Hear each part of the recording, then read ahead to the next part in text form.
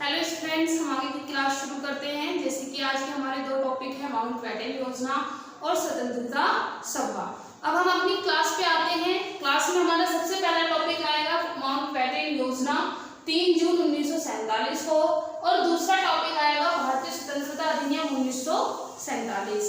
तो हम one by one पढ़ेंगे। अब देखिए इसमें माउंटबेटन योजना क्या थी। देखिए ये हमारे यहाँ की सबसे इम्पोर्टेंट योजना थी, क्योंकि इसे हिंदू और मुस्लिम दोनों वर्गों ने माना था। सबसे पहले हम देखते हैं वर्तमान परिस्थिति को देखते हुए ब्रिटिश पीएम एटली ने 20 फरवरी 1947 को घोषणा की थी कि ब्रिटिश सरकार 3 जून 1948 से पहले भारतीय को सत्ता सौंप देगी। यानी कि हमारे भारत के लिए बहुत अच्छी खबर थी कि ब्रिटिश लोगों ने यहाँ से जाने की सलाह मान ली थी। यहाँ पे ये आपके लिए सबसे इम्पोर्टेंट है कि ब्रिटिश परिस्थितियों में यहाँ पे क्या हुआ था, 20 फरवरी 1947 को ब्रिटिश ने ये घोषणा की थी कि हम 30 जून 1948 से पहले आपको आपका देश देकर चले जाएंगे। यानी कि वह 1948 से पहले यहाँ से चले जाएंगे। अब दूसरा यहाँ पे आता है वेवल के स्थान पर माउंटबेटन को वायसराय के रूप में भारत भेजा गया था। यानी कि सत्ता सौंपने का जो कार्यभार दिया था वो माउंटबेटन को दिया था। समझ में आया? हमारे दो टॉपिक थे। सबसे पहला टॉपिक ये था कि ब्रिटिश सरकार ने 20 फरवरी 1947 को यह घोषणा की थी कि हम 30 जून 1948 से पहले भारत आपके हाथों में सौंपकर चले जाएंगे। यानी कि जो हमारी सत्ता है हम उसे छोड़ देंगे। दूसरा था कि वेवल के स्थान पर माउंटबेटन को वायसराय के रूप में भारत भेजा गया था। ये इम्पोर्टेंट है कि हमारे संविधान में सबसे इम्पोर्टेंट नाम ये है, क्योंकि इन्होंने वाद विवादों को कम कर दिया था, क्योंकि इन्होंने दोनों वर्गों में सुना, मतभेदों को खत्म किया, वाद विवादों को खत्म करके हमारे यहाँ पे एक शांतिपूर्ण स्वतंत्रता राज्य में निर्माण करने में इन्होंने हमारी सहायता की थी। अब दूसरा इसमें आता है मुख्य तथ्य क्या है, यानी कि इस योजना के मेन पॉइंट कौन कौन से थे। सबसे पहला था भारत का विभाजन भारतीय संघ और पाकिस्तान दो राष्ट्रों के रूप में होगा।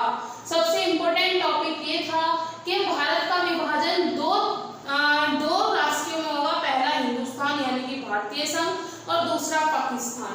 दूसरा था राज्यों की सीमा निश्चित करने से पहले बहुमत या वोट से यह जाना जाएगा कि कौन किसके साथ जाना चाहता है।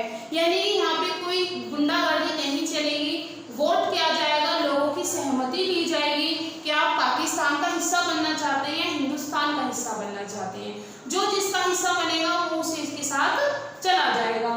फिर नेक्स्ट था बंगाल और पंजाब में हिंदू और मुस्लिम वर्गों को अलग अलग बैठक बुलाई जाएगी और अलग अलग प्रांतों का विभाजन, जो प्रांतों का विभाजन चाहता है वो कर दिया जाएगा। फिर इसके बाद था संविधान सभा को दो भागों में बांटा जाएगा, जो अपने अपने राज्य के लिए संविधान तैयार करेगी। यानी कि सबको ये स्वतंत्रता दी गई थी कि वो अपने राज्य के लिए नियम कानून बना सकता है, और जो राज्य का संविधान बनाएगा उसे अधिराज्य का क्या दे दिया जाएगा, दर्जा दे दिया जाएगा। तो यहाँ तक आपको समझ में आया। नेक्स्ट है देशी रियासतों की यह अधिकार था कि वह जिसके साथ चाहे उसके साथ मिलकर अपना संविधान बना सकता है या खुद अस्तित्व में आ सकता है। अगर वो चाहता है कि मेरा राज्य छोटा है, मुझे किसी और राज्य के साथ मिलना है, तो वो वहाँ मिल सकता है, अपना अस्तित्व खुद भी अलग से बना सकता है। तो ये था हमारा माउंटबेटन योजना। मैं एक बार फिर से रिपीट कर देती हूँ। इसमें सबसे पहले हमारे यहाँ पे माउंटबेटन आए थे वायसराय के रूप में। इन्होंने यह निर्णय लिया था कि दो राष्ट्र बनेंगे, पहला पाकिस्तान और दूसरा हिंदुस्तान। लेकिन ये भी कोई गुंडागर्दी नहीं चलेगी, जिसको जिसके साथ जाना है, जिसके साथ रहना है रह सकता है। जहाँ पे हिंदू और मुस्लिम वर्ग बराबर संख्या में हैं, उनसे बहुमत लिया जाएगा। यानी कि जो सीमा के आसपास थे उनसे बहुमत लिया जाएगा कि आप हिंदुस्तान में रहना चाहते हैं या पाकिस्तान में रहना चाहता है। जो जहाँ रहना चाहेगा वहीं पे उसकी रेखाएं खींच दी जाएंगी। फिर तीसरा इसमें यह था कि यहाँ पे लोगों को यह अधिकार दिया गया था, सरकारों को यह अधिकार दिया गया था कि वे अपने राज्य के लिए खुद से नियम बना सकती है, संविधान बना सकती है, या दूसरों के साथ मिलकर भी संविधान बना सकती है। यानी कि माउंटबेटन ने सीधे सीधे हम लोगों को हमारी सत्ता सौंपने का वादा किया था और हमारे लिए ये निर्णय लिए थे कि जब तक हमारा संविधान नहीं बन जाता है तब तक हम आपका हेल्प करेंगे, हम आपकी मदद करेंगे। अब हम अपने नेक्स्ट टॉपिक पे आते हैं। नेक्स्ट टॉपिक है भारतीय स्वतंत्रता अधिनियम 1947। अब हम अपने नेक्स्ट टॉपिक स्वतंत्रता अधिनियम 1947 विधान बना, हमने कोई अधिनियम बनाया है, जैसे कि हमने कोई अधिनियम बनाया है तो हमें उसे लागू करने में टाइम लगता था, लेकिन इस अधिनियम को लागू करने में हमें बिल्कुल भी समय नहीं दिया। वो डेट लिखी भी हुई है कि 4 जून को इसकी प्रस्तुत हुआ, यानी कि इसे सरकार के सामने लाया गया और 18 जुलाई को ये तुरंत, यानी कि 4 जुलाई के बाद 18 जुलाई को 14 दिन के अंदर इसे समाज में लोगों के बीच ला दिया गया था। अब दूसरी लाइन इसमें पढ़ते हैं, यह ब्रिटिश इतिहास की सबसे पहला ऐसा इतिहास था, यह ऐसा अधिनियम था जो कम वाद विवाद और कम समय में लागू हुआ और सफल भी हुआ। ये सबसे इम्पोर्टेंट है कि भारतीय स्वतंत्रता अधिनियम 1947 बिना किसी वाद विवाद के, बिना किसी समय को गवाए बहुत जल्दी लागू हुआ था और उसके बाद इसमें सफलता भी मिली थी। तीसरा इसमें आता है 15 अगस्त 1947 को भारत और पाक दोनों स्वतंत्र अधिराज्यों की स्थापना होगी, यानी कि इस अधिनियम 1947 में यह लागू कर दिया गया था, यह घोषणा कर दी गई थी कि 15 अगस्त 1947 को भारत और पाकिस्तान को अलग कर दिया जाएगा, उन्हें एक स्वतंत्र अधिराज्य बना दिया जाएगा। दूसरा था प्रत्येक राज्य का गवर्नर जनरल होगा जिसकी नियुक्ति इंग्लैंड का सम्राट करेगा। क्या आता है, दोनों राज्यों की सभा को अपना संविधान बनाने की स्वतंत्रता थी, यानी कि पाकिस्तान और हिंदुस्तान अपना संविधान खुद से बना सकता था, उसे जैसे नियम रखने, जैसे कानून रखने वो खुद से रख सकता था।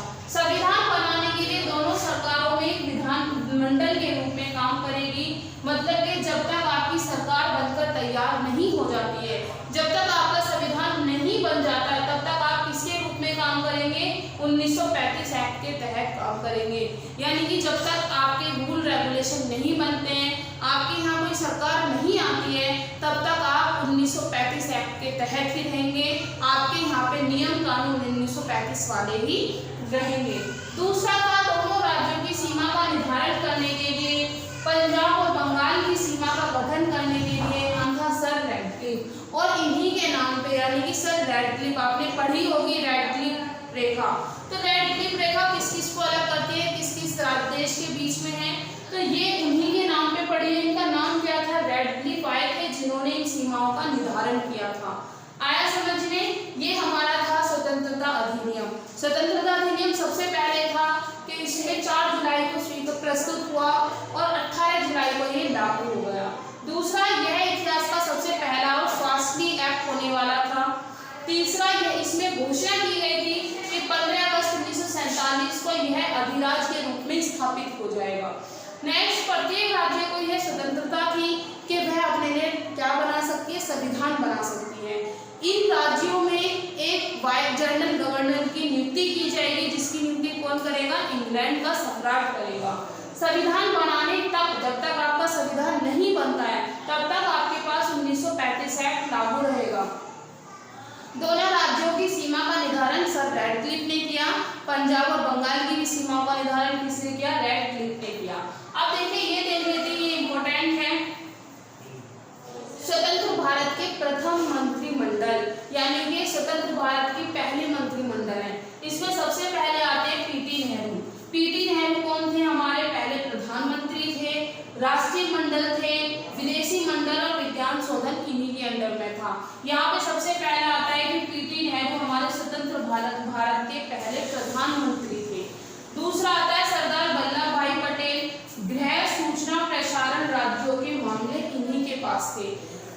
डॉक्टर राजेंद्र प्रसाद के पास क्या काम था, खाद्य और कृषि का काम था। फिर है मौलाना अब्दुल आजाद, यानी कि अबुल कलाम आजाद के पास शिक्षा थी। डॉक्टर जॉन मैथाई रेलवे और परिवहन को देख रहे थे। आर.के. सेठी वित्तीय, यानी कि फाइनेंस को देख रहे थे। बी.आर. अम्बेडकर विविध को देख रहे थे, यानी कि नियम और कानूनों को देख रहे थे। जगजीवन राम श्रम, यानी कि मजदूरी को देख रहे थे, मजदूरों को देख रहे थे। सर बलदेव सिंह रक्षा, यानी कि डिफेंस को देख रहे थे।